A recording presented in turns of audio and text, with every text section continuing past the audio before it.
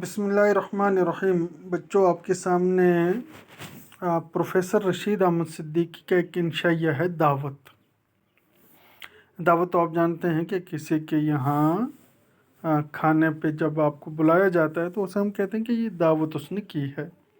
लेकिन इनका अंदाज़ जो है वो थोड़ा मुख्तलिफ है और इसमें वो दावत से मिली जुली जो चीज़ें हमारे समाज में पाई जाती हैं उनको तंज और मज़ाह दोनों रंग में पेश करते हैं। एक मिसल मशहूर है, मुझे मेरे दोस्तों से बचाओ, मुझे मेरे दोस्तों से बचाओ। मेरा ख़्याल है कि इसके साथ साथ ये मिसल भी आम होनी चाहिए, मुझे दावतों से बचाओ। गो दोस्तों से बचने के माने ही ये हैं कि दावतों से भी निजात मिल जाए। भूख की मानत दावत का भी ये हाल है कि इसका न कोई वक्त मुकर्रर है और न मौका, किसी ने ठीक ही कहा होगा।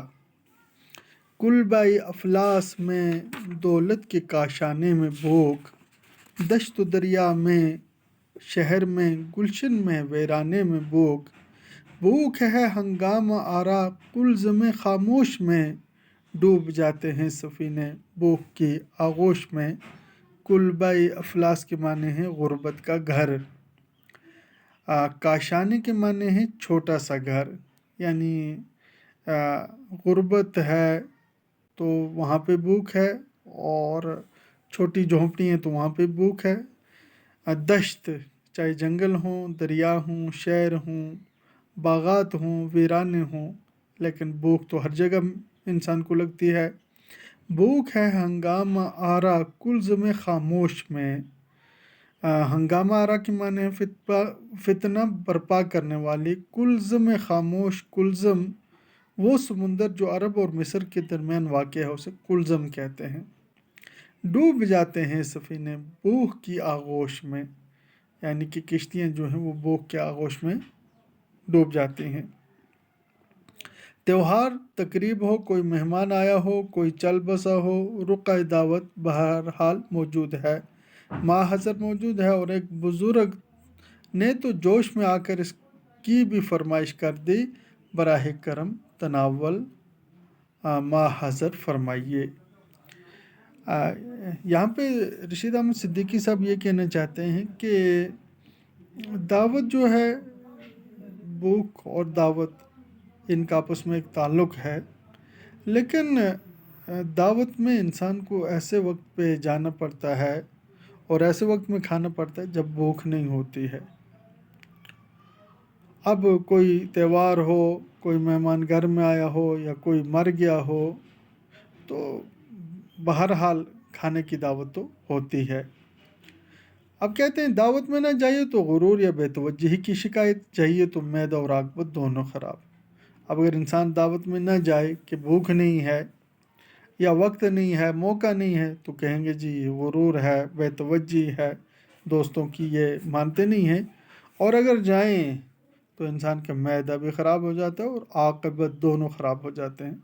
मुझे ये शर्फ हासिल है कि मैंने जिस जिस किस्म की और जिन जिन मौक़े पर दावत खाई है वो बहुत कम लोगों को नसीब हुई होगी। सबसे पहली दावत मुझे ख़ुद याद है, गो इसकी ये माने हरगिज़ नहीं है कि मेरे किसी बुज़ुर्ग की दावत रही हो और वो मुझे इसी उसूल पर बिन बुलाए साथ ले गए हों, जिस उसूल पर रेल में किराया नहीं अदा करना पड़ता, यानी मासूमों के लिए न किराया अदा करना की ज़रूरत है और न रुकाए दावत की। खैर बच्चों, ये मैंने कुछ इसमें से इक़्तिबासात पढ़े। अब इसका ख़ुलासा इस तरह से है कि प्रोफेसर रशीद अहमद सिद्दीकी साहब ये कहना चाहते हैं कि जो दावतें हैं तो इनमें जब लोग शरीक होते हैं तो मुख्तलिफ़ किस्म के लोग शरीक होते हैं। उनके खाने का ढंग जो है वो अलग होता है।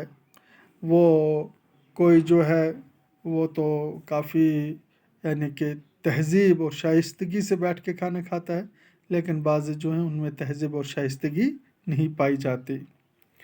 अब देखिए, ये एक दफ़ा का यानी कि ज़िक्र करते हैं कि रमज़ान के महीने में एक इमाम मस्जिद ने हमारी दावत कर दी, तो जब हम खाने के लिए वहाँ पहुँचे तो अब खाना जैसे ही शुरू हुआ तो बहुत सारे ऐसे लोग आ गए कि वो खाने पर जैसे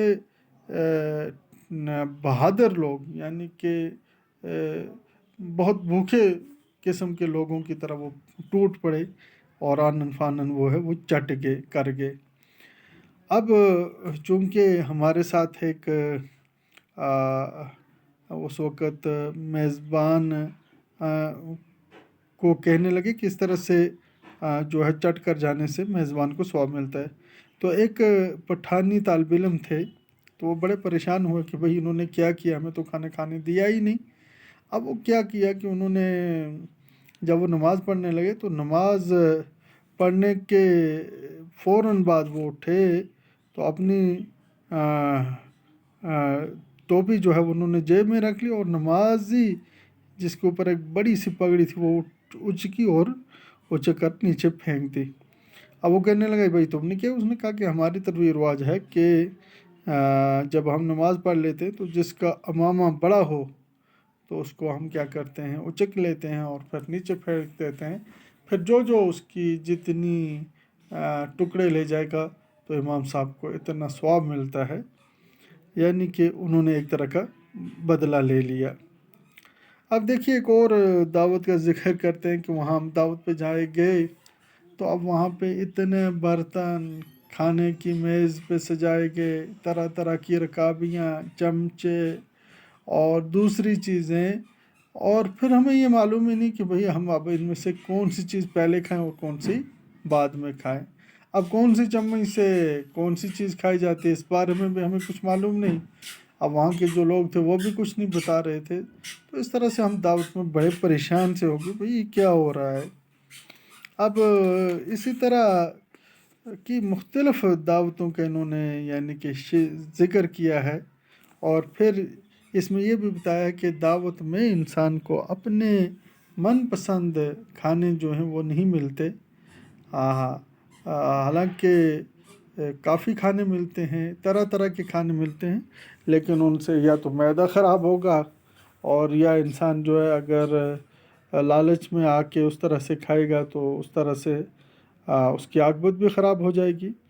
تو دراصل اس انشائیہ میں مختلف چیزوں کو جو ہے وہ انہوں نے بڑے ہی یعنی کہ ادیبانہ انداز میں پیش کیا، اور رشید احمد صدیقی کی مزاح نگاری جو ہے وہ اتنی سپاٹ نہیں، آسان نہیں ہے، بڑی اس میں زبان جو ہے اس پہ قدرت ہو تب انسان کو معلوم ہوتا ہے، اور پھر اسی طرح سے ادب سے انسان کو واقفیت ہو تب معلوم ہوتی ہے۔ خیر آپ نے یہ یاد رکھنا ہے کہ دعوت جو ہے یہ پروفیسر رشید احمد صدیقی کا لکھا ہے کہ انشائیہ ہے، اور اس میں جو کھانے یہ دعوتوں میں کھائے جاتے ہیں تو اس میں جو مشکلات درپیش آتی ہیں ان کا بھی ذکر کیا گیا ہے، مختلف طرح کے لوگوں کا رویہ جو ہے وہ بھی بیان کیا گیا ہے، اور ایک مہمان کو وہاں پہ جا کے جو الجھنیں برداشت کرنی پڑتی ہے وہ بھی بیان کی گئی ہیں۔